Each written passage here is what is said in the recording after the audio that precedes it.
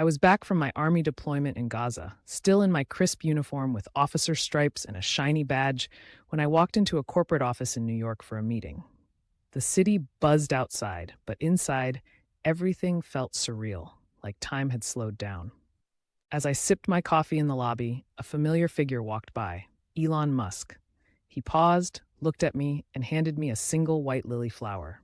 "You look like you could use this," he said with a knowing smile. Before I could react, he introduced me to his pilot friend, Jimmy. "Jimmy flies my jets," Elon said casually, as if this was an everyday thing.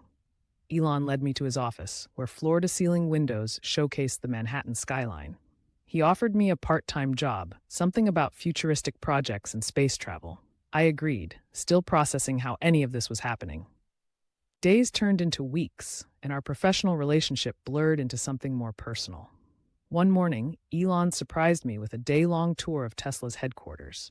We laughed over self-driving car demos, and then, just as I thought the day couldn't get stranger, he said, "Let's go to Venus." Before I knew it, we were in a sleek spacecraft, soaring past the stars. Venus wasn't the fiery hellscape I'd imagined. It was bathed in golden light. Angels in white and gold robes danced in the clouds, their crowns shimmering. One handed us a glowing map, whispering, "This will take humanity to the next dimension." My mind raced. Was this real? Were we really standing on Venus? The flight back to Earth was a blur, my thoughts spinning faster than the ship's engines. By lunchtime, we were back at the office.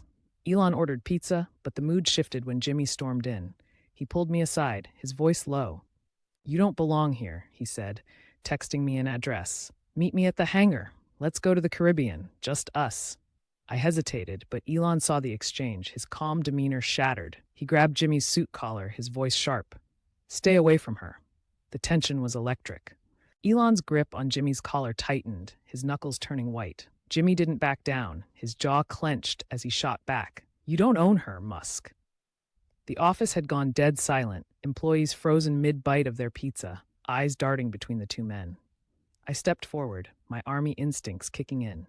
But before I could intervene, Elon shoved Jimmy back, just hard enough to make him stumble into a desk. Then, out of nowhere, a sharp voice cut through the room. "Enough." Everyone turned to see a woman in a sleek black suit standing in the doorway, her arms crossed. It was Gwynne Shotwell. SpaceX's president, her expression a mix of exasperation and authority. "Elon, we have a launch in 3 hours. Jimmy, your pre-flight checklist is waiting." Her tone left no room for argument. Elon released Jimmy with a frustrated sigh, adjusting his blazer. Jimmy straightened his pilot's uniform, glaring but saying nothing. Gwynne turned to me, her gaze assessing. "And you, come with me. There's something you should see." Confused but intrigued, I followed her down the hall, leaving the tension behind. She led me to a private elevator that took us to the rooftop. The New York skyline stretched before us, the wind whipping through my hair. "You're the one they gave the map to," Gwynne said, her voice low.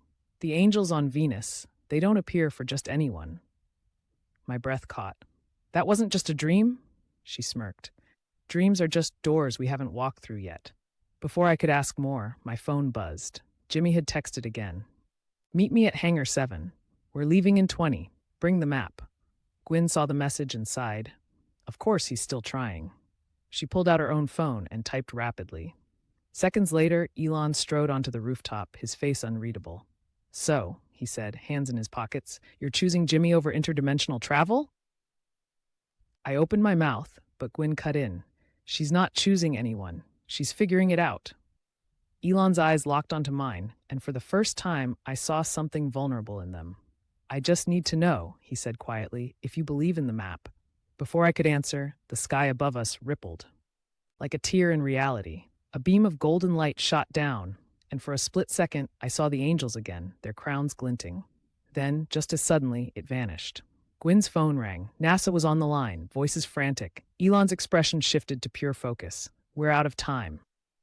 Jimmy's final text flashed on my screen. "Last chance." I looked at the map in my hand, its glow pulsing like a heartbeat. This was bigger than Elon, bigger than Jimmy, bigger than me. And then I woke up again. This time I was in my gasping. No Lily, no map. Just my phone buzzing with a notification. A SpaceX live stream titled, "Venus Mission, Unexpected Anomalies Detected."